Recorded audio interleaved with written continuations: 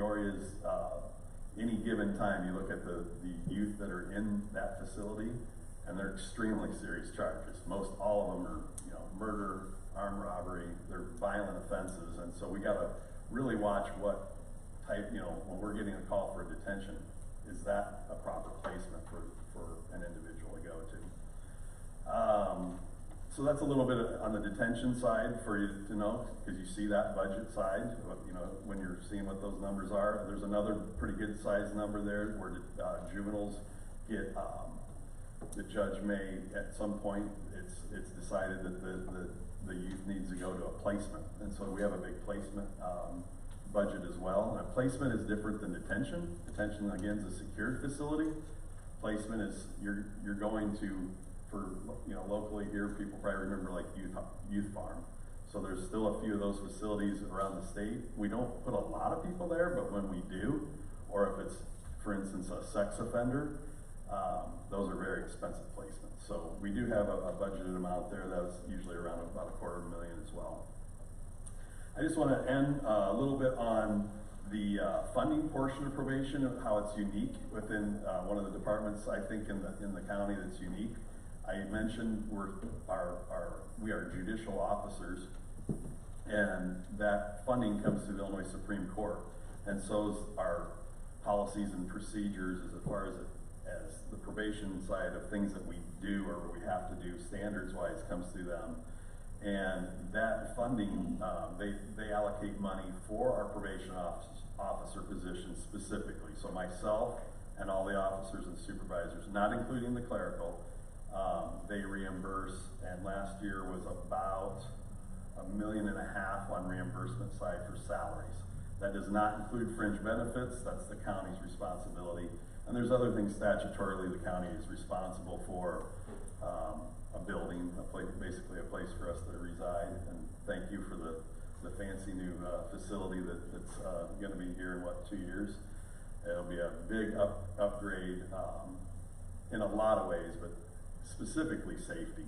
The building we're in right now, although we all talk about it right now, there's pros and cons of leaving our old house, because there's things we like about it. We can have cookouts outside, and there's things that we're a little bit more autonomous than we're not going to be in the new place, but it'll be a significant upgrade, and I think a huge improvement for just the general safety of our employees, and that's what I'm really looking forward to. But like I said, on the finish on that, the funding part is something that you'll see when we go through that process. Sometimes they'll get asked, hey, what's that allocation amount looking like? And we've been in really good shape for about the last 5 years on the amounts that the state has provided. They've lived up to their full obligation on that side. And the only other thing funding-wise, and I'll finish on that, is the probation service upgrade. You guys will notice that. There's standards on how we can use that money. They've updated those standards recently. I worked with Mindy over the last couple of years to get in line. We still have a couple of years to be in line, and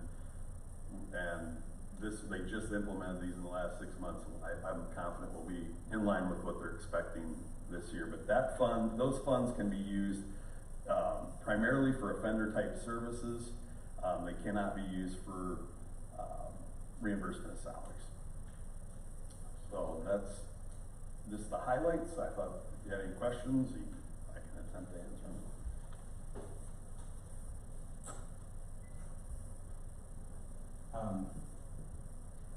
We're talking about the Peoria Juvenile Correction Center? Detention Center. Detention Center. I was just wondering if there had been any changes. I used to volunteer there for a couple of years. I was wondering, like, do they still have all the amenities, like the basketball court, and they still allow card games in the day room and that kind of thing? And do Yes. the families still get to come Yes. in around the round tables? Because I heard they were cutting that out. No? No, and detention, like I said, it's a difficult topic these days. There's not many of them. I don't remember exactly how many are in the state. Counties obviously are obligated to have them. Where the challenges become are when we want to get somebody into the detention center, they can tell us no. So we have contracted with them. We have a 1-bed guarantee, that they'll place one of our youth. We almost always have one there. But it makes it, very good to, the proxemics, to be able to get them over there, because when we don't, and we can't use, JDC, then we're looking at McLean County, Galesburg, we're looking at Quincy, Springfield, and then we're left, if they're detained further, our officers, the probation officers, are then, we have to send 2 officers to transport them back and forth to court. We've done some work around there where, I won't say work around, we're allowed now to use Zoom for those detention hearings. That helps out a ton. But in general, the facility itself, there's a lot of regulations on youth, and it's much different than jails and what they're allowed to do, and how long they can be in their cell is very limited, and it creates a huge challenge safety-wise for the employees in those facilities. They're dangerous places to work. I'd rather work if I had to pick, I'd rather work in a jail or a penitentiary. The detention centers in some of these counties, they're very dangerous because of some of the restrictions on what you can't do with youth while they're detained.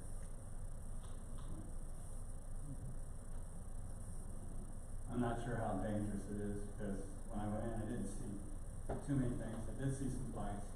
How long ago was that? I probably haven't been there in 6 years, roughly. It's been changing significantly over the last few years, and the restrictions as well. I guess I know they knew better than to touch a guard. As soon as the guards intervened, they didn't touch them, but they would fight with each other. But anyway, my question is the aftercare, because we were trying to develop an aftercare program.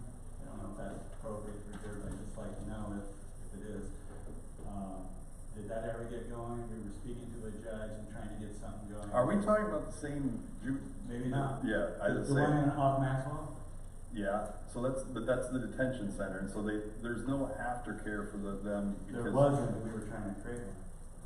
Because they just keep coming back. Yeah, but that's the challenge, because they may only be there a couple days. Yeah, and some I saw forever. Well, and so there's gotta be an outcome, like, so when they're being detained, they come back for a hearing within a 48-hour period, and they can be released to go back home. And so they may never, like you say, go back, or they end up coming back and forth quite a bit. The problem and the challenge is they're just not in there very long usually. And in our situation, we're not detaining that many youth at one time. Other questions for Doug? Yeah. Thanks for the presentation. I've dealt with this a little bit, but when you have a decision to make, when you're weighing the options for taking someone and releasing them or sending them to juvenile detention, is it more of a budget issue for you, or is it an issue of space at the facility? No, none of that drives whether or not we detain them. There's certain questions and point values to and types of offenses.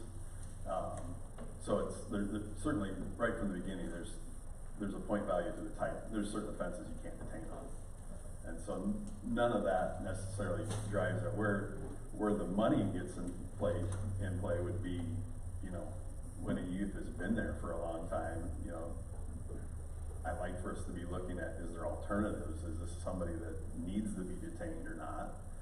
But certainly on the front end, that should never be driving, it doesn't drive the decision whether to detain somebody or not.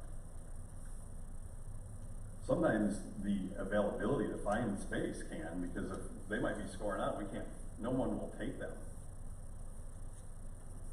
I have a question. I heard you say about 7,000 visits you did in the last year for the home. Home visits, yes. Maybe I missed this, but how many officers do you have? So I have 20 total officers. But then we have 5 that do primarily just doing home visits. Just doing home Yeah. visits. So like an average day It depends. So this county's difficult because it's so big. So it depends where you're doing those home visits, how many you can get done in a day, right?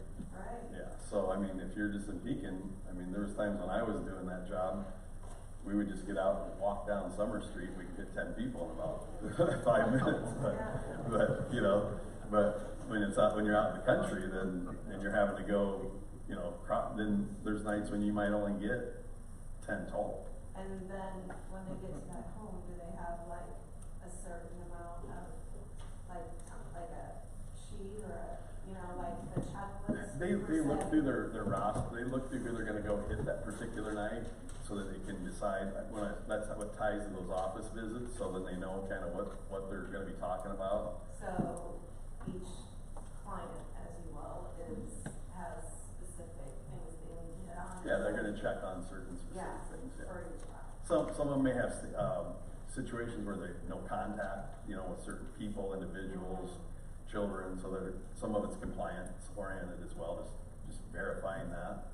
Verifying that we call them initial home visits, just verifying that they're even where they said they come over to our office and they say they live at this address, and we show up, they don't live there. So we find that often.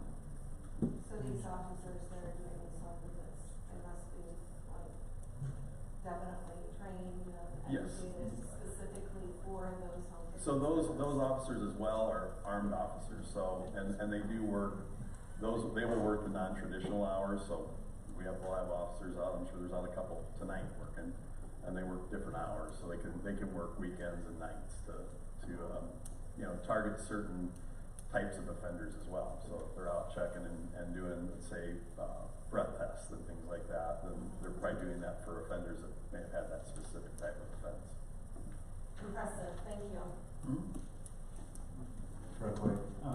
So you're saying you have 700 active probation About, usually, right around there, it fluctuates a little, but, and 20 officers that do that? yeah. In a year's time, out of 2,200 altogether?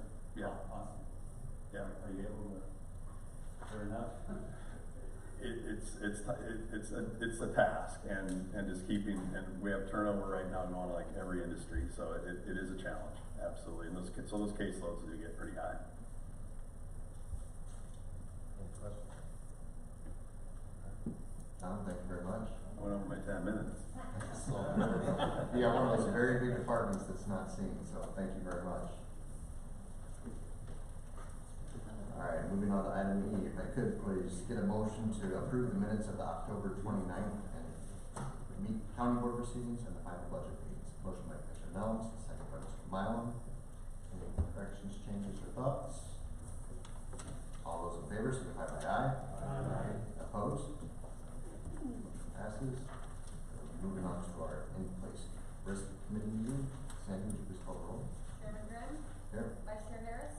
Crawford? Here. Hall? Here. Josteen? Here. Mennel? Mingus? Frail? Here. Schneider? Here. Zinn? Here. Stahl? Here. Auditor Funkhauser? State's Attorney? Here. Treasurer Clark? You have the floor. Thank you very much. May I get a motion for RN 2504 on the floor, please, by Mr. Crawford, second by Mr. Hall, thank you. This is in regards to the smaller of the cases that we've had. Jessica had come and talked to us about the other day, we've given her permission to approve it. If you'd like details, we need to go to executive session, but if we can just get approval for this, we can get it to the full board, so. All those in favor, signify by aye. Aye. Opposed? Thank you very much. We will move out of that into recess. Bring us down to item G, our consent agenda. Because of that, number 24 will automatically be pulled. Is there any others? Alright, may I get a motion for the consent agenda, please? Mr. Crawford, second by Mr. Schneider, thank you. All those in favor, signify by aye. Aye. Opposed? Thank you. On to item 24. May I get a motion to get this on the floor, please? Motion by Mr. Stahl, second by Ms. Frail, thank you. Alright, this just came out of committee. Is there questions regarding this? All those in favor, signify by aye. Aye. Opposed? Thank you so much. Moving on down to our appointments and reappointments. May I get a motion for these? By Mr. Sims, Mr. Hall. questions? All those in favor, signify by aye. Opposed? And I suppose since I didn't ask for both, I better do the second one too. May I get a motion for the second one? Motion by Ms. Simpson, thank you. Second by Ms. Woodrow, thank you. All those in favor, signify by aye. Opposed? Thank you. Woodrow. With no unfinished business or new business, we have seen the bills. May I get a motion for the December calendar, please? Motion from Mr. Graff, second by Mr. Stahl, thank you. Questions? Steph?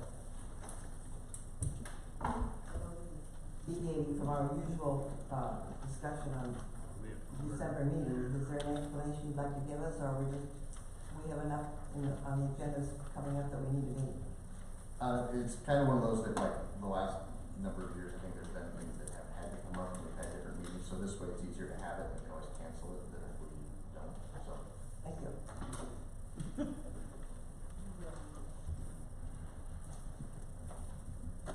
All those in favor, signify by aye. Opposed?